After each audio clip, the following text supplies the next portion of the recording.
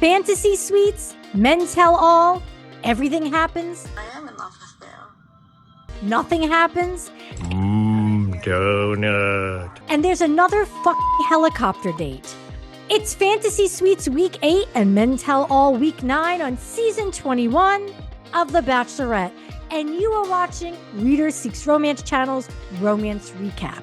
We're dissecting and discussing Jenn Tran's rose petal journey to finding ferocious love. It's shot o'clock, so let's get this party started. I am Liz Donatelli. And I'm Tiffany Current. Be sure to subscribe to Reader Seeks Romance Channel so that you don't miss weekly episodes of Romance Recap only on YouTube. Fantasy Suites and Men Tell All. Fantasy Suites for me is like the icky week. I don't look forward to Fantasy Suites. Okay. Because I feel like at this point, everyone's in love with each other. So in Fantasy Suites, everyone seems to be in love. There's proclamations of love, but you know that the Bachelorette is only picking one of these people. That is true, yeah. So I feel really bad for the ones who are proud of themselves for finally falling in love. And then you know that they're going to, leave. She just like wakes up every morning and she seems so in love with whoever she's making up with. But obviously there's someone she loves more. And then Men Tell All is just a filler. It's ridiculous. It's mental all, that's a waste of time. Fantasy Suites, I don't know, this is like her last, allegedly, if she picks someone or if someone picks her, this is her last like foray into like fun. So this is kind of her last like little fling, I guess you could say, with like these random suitors. I'll allow it. It's acceptable. We've been seeing this season after season. But it was fine for me. I didn't know ick factor for me. Okay, yeah, no, I just feel like ick meaning like cringe, like, oh no, everyone is saying they love her and she's saying she loves them, and Not everyone. Well, There's a bunch of people who did not say I love you to her. That is true. Let's just dive in. We start on like a moping Devin. He's unsure about himself. He's unsure about Jenn. He's unsure about life. He's unsure about the show, whatever. And then we cut to the opposite. Jenn, she's happy. She's in Hawaii. Enough of these locations. I feel like I'm already kind of tired of the locations after New Zealand. It's like enough of the locations. I don't want another exotic location. I want just a regular place. That's my perspective. Yeah, I was surprised they went to Hawaii because they've been doing such lavish, beautiful, tropical things. It seems like they're really overdoing it. Yes. That and the helicopters, which we'll get to. We'll get to the helicopters. Man. Yeah. Their budget, their location budget must be insane. I actually have some comments on that because I think it did vary, but let's get started. We start off with Molly and Jenn. Molly is asking Jenn a couple questions. Molly really liked Jonathon, so on and so forth. I'm like, okay, whatever. That was just like a really brief intro with, I guess, the other Bachelorette. Is that who that was? Molly? So Molly is from The Bachelor season 13.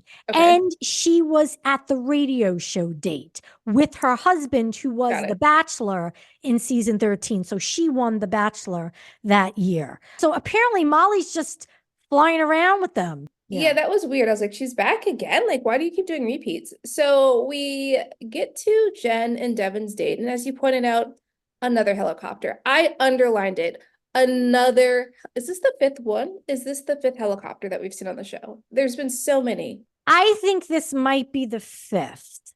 If it's not the fifth, it's the fourth or fifth. Yeah. I think it might be the fifth. It's a bunch. We've seen the helicopter ride. They've seen the views. We've seen them kissing on a helicopter. I don't need to see it again. I don't need to see it again. I get it. It's romantic. Helicopters, listen, nobody really talks that much, or at least they don't have the microphone on them for that much. It's more of just them physically together. How many makeouts in a helicopter can we watch? We get it. Like, honestly, they've been spending a lot of time, even this episode, with the making out, the waterfall making out. And sometimes they're going so deep, I can almost hear them. I know. There was a moment later, I can't remember where I put like with tongue, because there was like an intense tongue shot. The one scene that I enjoyed here is that they think they have a picnic together. And Devin actually says, I've been enjoying doing these big things with you, but I want to start doing small things with you, just simple things with you. And I'm like, that I appreciate. He wants to go back to the real world and see if it works. It's the real world that makes me happy, and I want to bring you into that real world and do normal things like go to the movies or go see a concert or go to the park. You know, it's not so much for me about the big things. It's always been about acclimating to normal life and being happy. We can be extraordinary people in a normal world. Yeah, that was him nudging her, I think, towards revealing more of her feelings for him, because he's like, hey, I'm ready to get back to the world, the real world, with a fiance or, you know, a wife. I want to have a family. He mentions, you know, he didn't have a traditional family, a family that wasn't, you know, torn apart by divorce. So, Yeah. you know, he's ready to begin that stage of his life, and, you know, says, well, you make me feel so comfortable in my skin. It makes me even more ready to live the rest of my life with you. I think she looks at the camera at some point Yeah. and they check in with her, and she says, I want to be in love with Devin. Yes. Yes. I was like, well, listen, we can want a lot of things, but why are we pushing it? Like, there's no reason, you know. So I made a note. Yes. She's trying too hard to be in love with him, but yet her reasoning eventually makes sense. She's not ready to say, I love you to him yet. And even at dinner, Right. we see the same thing where he's nudging her and nudging her and nudging her. And she's like, I'm very thankful. And I know that she says, I'm very thankful, but she doesn't say, I love you to him. And he's disappointed. But there's a date card, there's an overnight card. And he's just like, I'll take it. I I'll will take it. take that overnight card. Yes, Yes. absolutely. Yes. You see them making out in the fantasy suite, you know, cut to black. Next morning, you know, Yes. she slept over. Oh, yeah. And she makes a Pete Davidson dick joke. Again, yes, yes. She's like, he's better than Pete Davidson in every way. People say Devin looks like Pete Davidson, but after last night, I'd say he's better than Pete Davidson in every way. Come on now. Yeah. Come on now. I wrote down that this did not sound right coming out of her mouth. I am almost positive that line was Interesting. written for her. Enough with the Pete Davidson comments. I know. I don't think I'd want to be, no offense to Pete Davidson, but I don't think I'd want to be referred to him over and over again. Yeah, it's tiresome. It's too like much. It's too they much. keep pulling on the Pete Davidson thread, and I think it's done. It's done. No more. It's done. I will say we get the joke. She feeds him food. You can tell they had a really good time together, and that's when they kiss with tongue. As I've noted, with tongue. It was intense. That was the tongue. There was tongue, and I was like, guys, too much. Too much tongue for me. I don't want to see it. It's too much. So the only makeouts that I think are really the best makeouts are between Jonathon and Jenn, because Jenn's makeouts with Marcus and with Devin become like whole face makeouts. Yeah. Like whole face makeouts where you see like chins really working, and you know, tongues are jabbing left and right. And the camera holds too long where you're like, no, if I want to we need a better editor. I think we need a better editor. I will say at this point, that ends. It was a good date, and we move on to Jonathon. And Jonathon, I pointed out, he's always wearing short shorts. Did you notice that? Yes, Once again, wearing short shorts. He has great legs. I never noticed before all the tattoos on his legs. I was like, where are all these tattoos coming from? I've begun noticing in recent episodes that I was pausing to try to see what they were. One looked Egyptian. One looked almost like a pharaoh. Like an Egyptian pharaoh or something. Okay. But he's got, he should wear short shorts all the time. Now he lives in Los Angeles and he's from California. So he probably rocks those shorts every day, all day. As he should. He has great legs. I noticed it. I'm like, this guy is wearing short shorts and he looks fantastic in them. Good for him. Yeah. And they do some kind of date where they go to the market. It's interesting because they cheaped out on this date. There was no creativity invested into the date with Jonathon, which should have probably given us a hint that even the production team knew he wasn't going to make it to the final two. What I thought was interesting is they did do a swim in a river by a waterfall, which was romantic, and they went deep with that makeout. But again, I feel like their makeouts, I think, are the best. It was staged. I think that's why. Specifically by the waterfall, I wrote, this is staged. It felt very staged. The kiss, they're probably like, all right, do it now. Everything felt staged to me. I just wasn't feeling it. I wasn't feeling it. Well, what I thought was hilarious is they sit down, then afterwards at night, they go to their, their dinner, their quote Yeah. unquote dinner time. And it was a charcuterie board. And I was like, that's basically telling him, you're on your way out, bud. You get Yeah, that's charcuterie. it. You don't get lobster, you get a little piece of cheese and a little piece of meat. It was very strange how we got, like, I don't know why, like the dime store date. It was very bizarre. It But was. once again, she invites him back to the room. They have a good time. I don't think he ever is able to say that he's in love with her. I think at most he just says he's falling in love with her, but he's not able to say that he's in love with her. He said he's falling for her. And what's interesting is that when Jen was talking to Molly, she was kind of giving the pros and cons, and she mentioned that Jonathon is, not totally vulnerable with her, and he's guarded. And again, I understand. Like, if they had been dating for 6 months and that was the issue, that's a valid Yes. criticism. But I feel like he's not afraid of love. He's intelligent. And he's Yeah. like, hey, It's been 3 weeks. It's been 3 weeks. I'm Yeah. just, give me a minute. Give me a minute Just to give like me- fall for you. right. Although, to be honest, there are people who don't know each other for very long and truly do fall in love. But just Yes. because he wasn't feeling it right away, I feel like that was a red flag for her. Well, he's not ready to be vulnerable. It's like, well, give him a little bit of time. Of course, he will ran out of say- time, but He went out, but that's the one date where the next day they woke up and he seemed very happy, but Yes. she seemed unsure. I specifically wrote down, like, Jonathan was very happy, but she's like, eh. So there was something in her face that told me he's not the one. I did not make that note, but I agree with what you're saying 1,000%. I remember thinking to myself, she looks like she's going through the motions. Yes, that's exactly. Yes, exactly. For the cameras. Last night we had a lot of clarity on who we are, what we wanted, and what we have together. And I just wanted to toast to finding confidence and feeling as if we're on the right path. Cheers. Exactly. Yeah, Yep. for the cameras. And he looked visibly more taken by her. We went to bed smiling. We woke up smiling. Like, the vibes, the energy, the happiness is so through the roof that, like, we can't contain it. And I was like, oh, yeah, this is I know.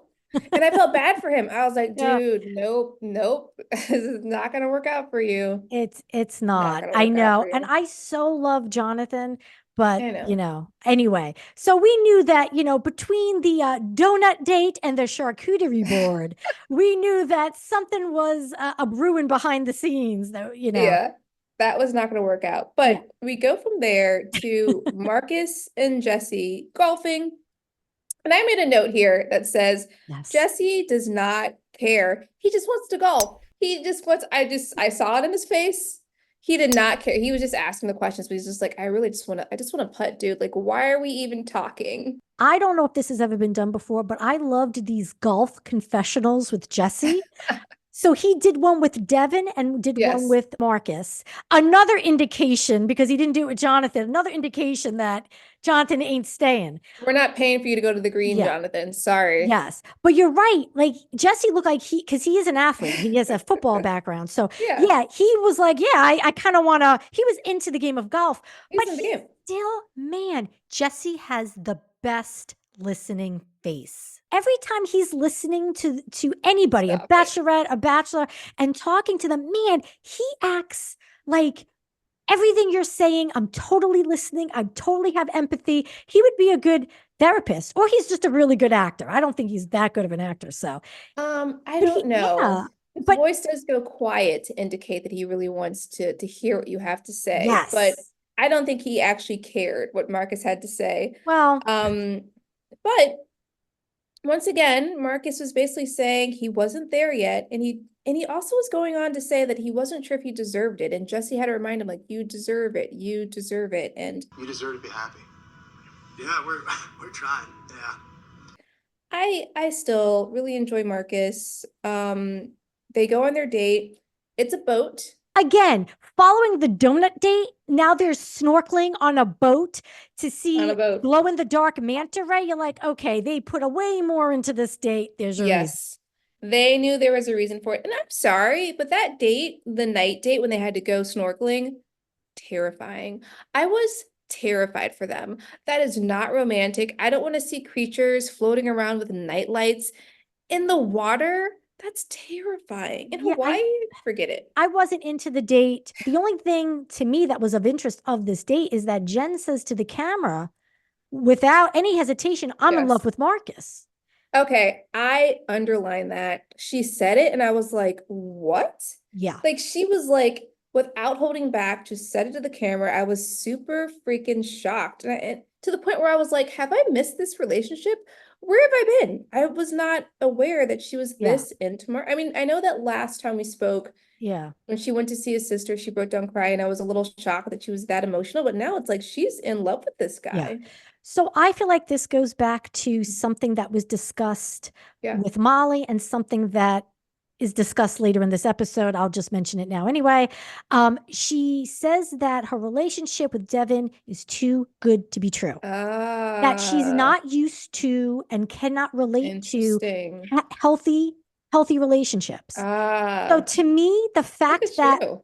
the Yes. to me the fact that Devin is so into her, it's like, I'm more familiar with the aloof guy who isn't telling me he loves me, so I'm going to grab onto him. So I think she's playing out again her Interesting. cyclical trauma with Marcus, because based on like what we've seen, like for her to I be so agree. in love with him, I I agree. don't see it. He told me that he is in love with me. Oh my gosh. Yes. Okay. And I am not there yet with him. Devin just is saying all the right stuff, doing all the right things, and that's hard for me to accept, I think. And Why? internally, Why? I haven't had it my whole life.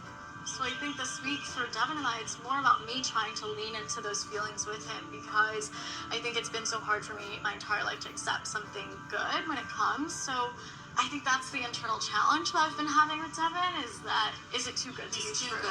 I really like Marcus. I think he's a really I good do guy, too. I do but he too. does seem emotionally unavailable because he's still working through things in his head, in his life. And so I was surprised to hear it. And then he was very polite with her. They were chatting. He was Yeah. basically telling her that he's not there yet. And when he said that, she still went balls to the walls and said, well, I'm in love with you. Yes. To his face. Yes. She said it to his face. I was like, what is going on? So you won't say it to Devin, but you'll say it to Marcus to his face? I would be lying if I didn't tell you that I am in love with you.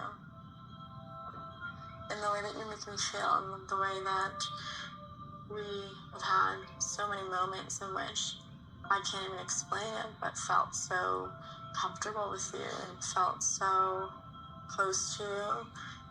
Felt like I needed to say that to get it off of my chest, and not necessarily for you to say anything, but because I would be doing myself a disservice and not saying how I truly feel. So.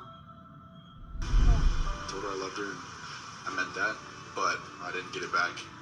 And if she turns around and says, I love you to somebody else, that would kill me inside. So again, either that is because she's only attracted to the more challenging, almost Yes. impossible relationships as opposed to the one that works.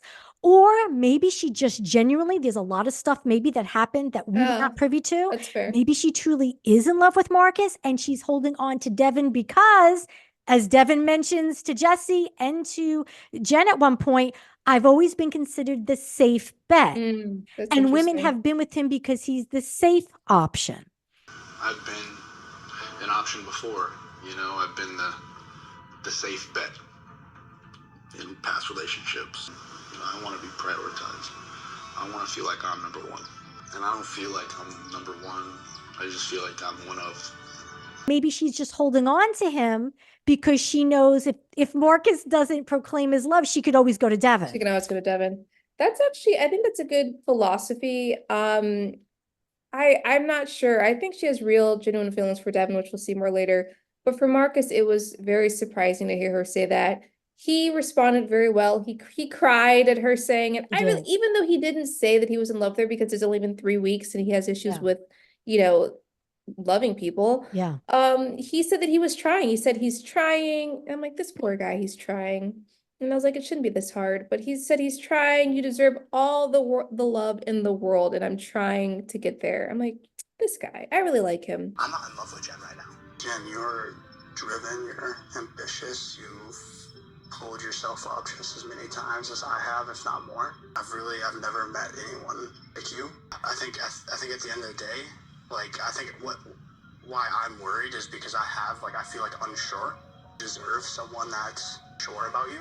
I don't know if I'm like putting pressure on myself because of like how fast this has been, or like how quickly the end of this process is approaching. Been hard for me to get to a point where I feel like comfortable saying that I'm like in love. Every time someone said that they were trying to get there, trying, it frustrates me because I know. it shouldn't be that you're trying to love someone or fall in love with someone. It's like this race against time, because obviously we're in this There's for a all week intents and left. purposes, She's like, there's a week left. You're supposed competition. to be meeting Yeah. my family. We're supposed to be proposing. It's just like, I'm going to try to get there in a week. Right. And I mean, and let me tell you, the day after they spent the night in the fantasy suites, Yeah. man, she was all about him. Last night was, I think, hugely beneficial to the both of us. Hearing that Jenn is in love with me means the world to me. I feel like our date yesterday was awesome, and I feel like we needed last night and talk about a lot of the things that were weighing on me. And I appreciate, how well you took everything. I've been falling for Jenn, and every time that I get to spend with her, I feel, a little more strongly about her. She was but genuinely, he was very about her too, though. Yes. He actually seemed very happy. He seemed calmer. And she seemed very happy too. It was very strange to see. I'm like, what is going on? Oh yeah. And just a quick backtrack, when Marcus and Jenn first met for their date, she said to the camera, I'm so excited to be in his arms again. I felt like she was living that moment the day after Fantasy Suites, where she was in his arms and she looked like she was in heaven. And that's when I'm like, well, but yet she said she had strong feelings for Jonathon, and then she said she had strong feelings for Devin. It's like, but she seems to love Marcus. So, but here's the thing, like, if this wasn't a competition and she fell in love with him and he wasn't there yet, the solution, I would imagine, would be, let's just keep dating, see if things happen, because he does have some past trauma. Let's just see if it happens, but obviously we don't have the luxury of time. So there you go. We go from the Marcus date to poor Devin. Little Devin Downer. He's feeling very upset. He decides to go and see Jenn. And he expresses himself to say that he's just not feeling it from her. He's not really sure how she's feeling, and etc. Yeah. First, Devin and Jesse meet at this bar, I guess the hotel bar. And Devin says his greatest regret during Fantasy Suites was not asking Jenn, do you love me as much as I love you? But I understand why he wouldn't ask that. He didn't want to put her on the spot. But it's haunting him because he's like, I want to be the one, not one of. Yeah, not one of three. And Jesse, I don't know if they have a little speaker, like a microphone in Jesse's ear. No, they do. He's like, you've got to like hang on, because Jenn is someone you want to fight for every day. And he's trying to tell, like, don't leave. I've been waiting for this time to hear something that'll get me through this process. Yeah, but the one big question that I wanted to ask her, and that's just, do you love me as much as I love you? Did you get any kind of reassurance from her at all? I tell her I love her, and she says, well, I can see a future with us, and that's great. But that's not what I'm feeling in this moment. And then that's when Devin, you see him walking down the hallway to Jenn's room, knocks on the door. The episode ends, and then it continues in week 9, Men Tell All. I think let's finish up the Devin stuff, then we can go into the Men Tell All. So we said Devin goes in, he expresses himself, how he's not sure. He said, I feel like the safe option. And she starts crying, and she says, basically, I think we said earlier, like, she doesn't really know how to be with someone like him because it's too good to be true. Yeah. And then at some point she says, Devin, I do love you, you freaking idiot. So she does say it. I'm doubting a little bit of where your head's at right now. And I should have brought this up to you, you know, over overnights, but I was just, you know, I've tried to prioritize you and I've tried not to put pressure on you, and I know how difficult it is for you to be in your position. But with me, you know, I haven't been the priority in so many of my relationships, and I've been that second and third option. I've felt like a safe bet, you know, before, and, you know, I feel like I'm the safe option for you because, you know, I am the way I am, and, you know, I feel like I'm wanted here, but I don't feel like I'm needed here, and that scares me. I wanna get to the end, but I don't know how to get there with you right now. And that's not for lack of feelings. Like, I love you. I really, really do. I'm not as good with my words as you are, and I'm not as good as expressing my feelings as you are, and I know that that's not my strong suit, and I want to be able to do better for you, and sorry that I wasn't reassuring you.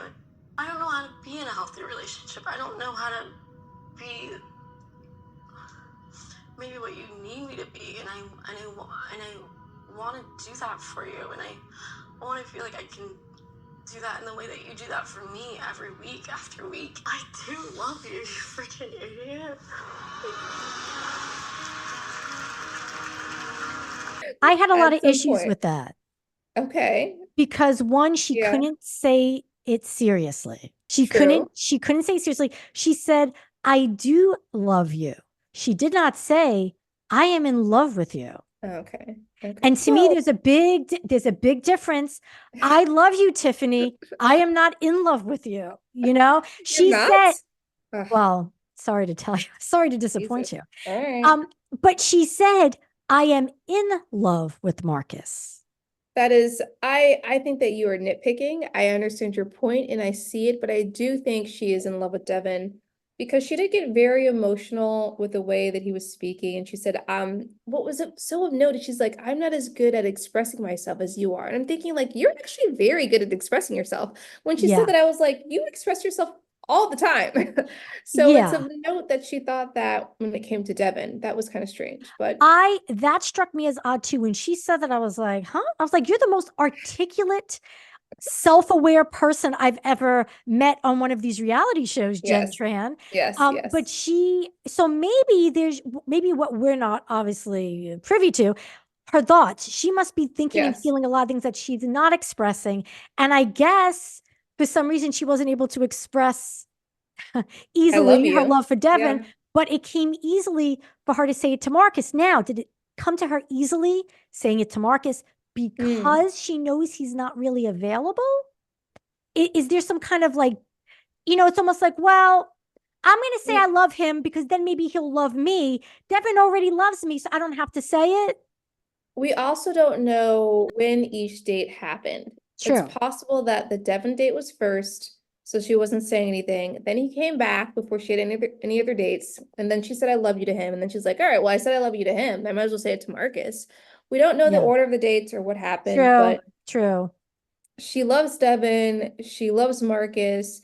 And from the rose ceremony, we found out she does not love Jonathon because she did not pick Jonathon. She did not give him a rose. She didn't pick Jonathon, and I really felt for Jonathon because he was blaming himself.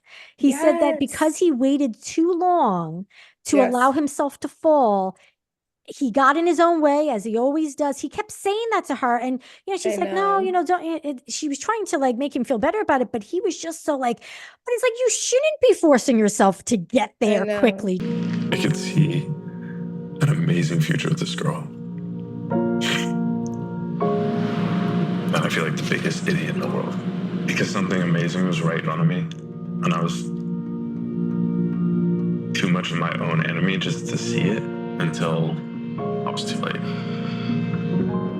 I'm just tired of standing in my own way. But he did mention later on in Men Tell All that this experience allowed him to gain confidence that he can fall in love again. So, it was all well and good, but yeah, Jonathon is goodbye, but you can see him on Bachelor in Paradise. Dun, dun, dun. We knew that was coming, which he's a great pick. He's cute. Because He's of the legs. fun. Because of the The legs. legs. I'm looking forward to those swimsuits. Nothing but legs all the time. Let's get a little bit into mental all. I don't have a ton of notes Me neither. because these men are so bothersome. So I was like, I can't watch everything, but I do have some call outs. We saw the Love Virgin again. I saw him right away with a beard, and I was like, is that a fake beard?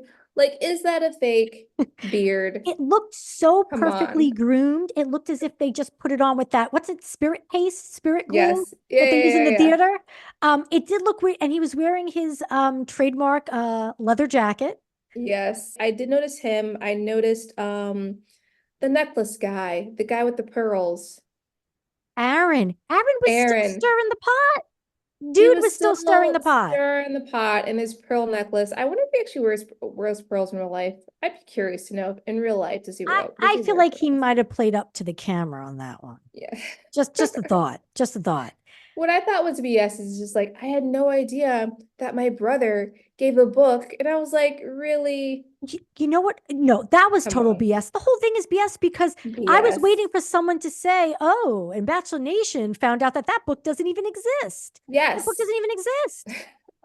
Well, you can't say that on TV because then that's admitting that the producers I guess make not. thing up.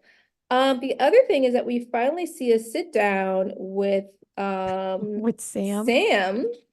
And Jesse kind of goes in on him a little bit. I was like, good for Jesse. He's like, well, did you actually love her? You told Jen that you loved her. For sure. Sam, did you really love her? 100%. I think to a lot of people watching that, when you said that, it kind of felt like a Hail Mary. Yeah, for sure. And, and I watch all of this back on TV, and I think I'm struggling. There's always a villain on these tell-all episodes, right? They always have the one person in the hot seat that everyone feels safe picking at. Not to say Sam didn't deserve some of it, but I think everyone went a little heavy-handed. Jen handed him his ass. Yes, she did. Jeremy was Mr. Hakeem Sass. said something. Yeah, Hakeem said something, a polite thing, but Hakeem said something too. Everyone was, so obviously Sam must have pissed a lot of them off. They talked about how he incessantly said, keep the main thing the main thing. He had all these cliches that he would throw out. I'm always gonna keep the main thing the main thing. I actually thought Sam handled it well because he didn't yell back at them. He kind of just let it wash over him for the most part. Absolutely, yeah. As far as the hot seat, Sam said to Jesse, I've never been asked to explain why I love love the people in my life. As if to say, like, Jen was asking him something that he's never had to think about. Yeah. I was like, well, I guess it's possible, but I think that was just an answer his publicity team might have come up with. Truthfully, this was the first time that I've ever been really put in the position to have to explain why I love somebody. It's like saying, like, you're just answering the question, why do you like somebody? He could have said, like, because you're funny, you're smart. He could have come up with some, Listen, Sam is just not articulate. They picked him because of his rugged good looks and his charm. He's not very articulate, let's face it. And that's what got him into trouble, is that he tried to come off like he had the answers and said all these smart things. But I kind of felt for him because, like, he's really not good with words. That's not who he is. It's just that's not his role. I was surprised they did not announce that he was going to be on whatever it is, Love Island or whatever it's called, because Bachelor's in Paradise. He's the perfect person to be on that freaking show. I'm sure he will be. They're just not announcing it yet. He seems perfect for that. I'm wondering if he's just not going to do it. Like, I don't think he wants it, because Jen mentioned, apparently there was this hubbub once the show started airing that Sam and his family and friends took to social media and were claiming that these were bad edits. This wasn't representative of what really happened. And Jen straight up said, the person you see on the show is the person that I hung out with. What I was upset about, though, was the fact that I watched this back and saw how you interacted with all these men, huffing and puffing your chest everywhere, the blatant disrespect to everybody. And instead of taking accountability for your actions, you decided to blame it on the producers, the edit, the TV show, whatever it was. And at the end of the day, the man that I saw on TV was exactly the man that I sat across from the entire journey. Apparently, she also found out after watching the show about some of the disrespect between him and some of the other guys. So there was, so I'm thinking Sam might not want any more potential bad press, and he wouldn't even consider doing Bachelor in Paradise, but I guess you never know. I don't know. What was the surprise is that Hakeem got some play. They once again, and I love Hakeem, Yeah. put a spider on his leg. I'm like, these guys, and I the know. spiders they just happen to have the spider on hand again. Come on. They got you know what? One thing about this season, they would take something mildly interesting and just beat it to death by just repeating it and repeating it and repeating it. The spider thing is ridiculous. All of that spider situation just to say that Hakeem is also going to be on Bachelor in Paradise. I agree. It was too much. I think Hakeem is very funny. I didn't even need another spider moment. He's funny without it. So it's like, let him be. You know who else was funny? I was really charmed by this segment with Brett, the plus size gentleman who was cut the first day. First of all, I thought he looked way better without that mullet, with just shaved head. But they went through some of his DMs, and I thought Brett was really funny. He had a funny answer for each thing. I was like, oh, he would have been actually interesting to watch on the show had he made it past the first episode. There's a lot of other messages that got kind of intense. Yeah, they did get intense. Jonathan, can you help me out? I cannot believe you didn't get a rose. If you need, I'm comfort. I'll be here with open arms, an open mouth, and open. I said I really appreciate the kindness, but my mom's watching. But that's very generous. If you're a baseball player, that's all the bases. Okay, Brett, I got one more I want you to read. Hi, do you do foot content? Thursday at 7:49 a.m. was his first thought. I don't do foot content yet. We also saw Grant. I forgot to mention, we got to see Grant once again. Grant is he seems like such a nice guy. So sweet. He seems very sweet. He is. Grant is a sweetheart. He is the new Bachelor. We saw a quick clip of next week when the guys get to go home and meet her family. And once again, I think we see the brothers saying, like, why are you going for these emotionally unavailable people? Your history with people who are emotionally unavailable, how long are you willing to wait? My brother's right. I don't want to repeat history. So I'm curious to see how it plays out. Yes, September 3rd is the 3-hour finale, and Jen's family joins her in Hawaii. Yes, and you know what's interesting is I don't remember. Did the family usually show up this late? I don't know. I think they had it in different episodes. Maybe that's why. Oh, okay. It seems like different episodes. So Jen's brother seems very protective, and according to the clip, Devin asks for the brother's blessing, and he's like, "Yeah, I can't give that to you." I would really love to have your blessing to propose to her. Definitely not going to give the blessing. Maybe it's just like I can't. Only she can give you the answer. Oh, maybe that, because we all know that it's cut to look provocative. Yeah, really might not be. So again, throughout this episode, throughout Fantasy Suites, Jesse keeps doing the teaser, a never before seen ending to the journey. Yes. I don't know. The only thing I could think of is that she walks away without anybody. Or that, nice. or she proposes. I don't see her proposing to anyone, but I'm curious to see what's going to happen. Maybe it's just maybe she'll stop someone from proposing. Like, let's just date. She'll just say, let's just date. It could be, let's just date. I feel she's going to turn around, because we keep seeing that teaser clip, right? Where she says, I can't let you propose to me. Yeah. I feel strongly that it's going to be where she turns around and says, I want to propose to you. I want to choose you because I'm used to being chosen. I want to choose. That's what I think. I'm looking forward to see whether or not you're right. Well, that's all we got for you. Tune into Romance Recap next week when we discuss the season finale of season 21 of The Bachelorette. And remember, if it ain't ferocious, then it ain't true love.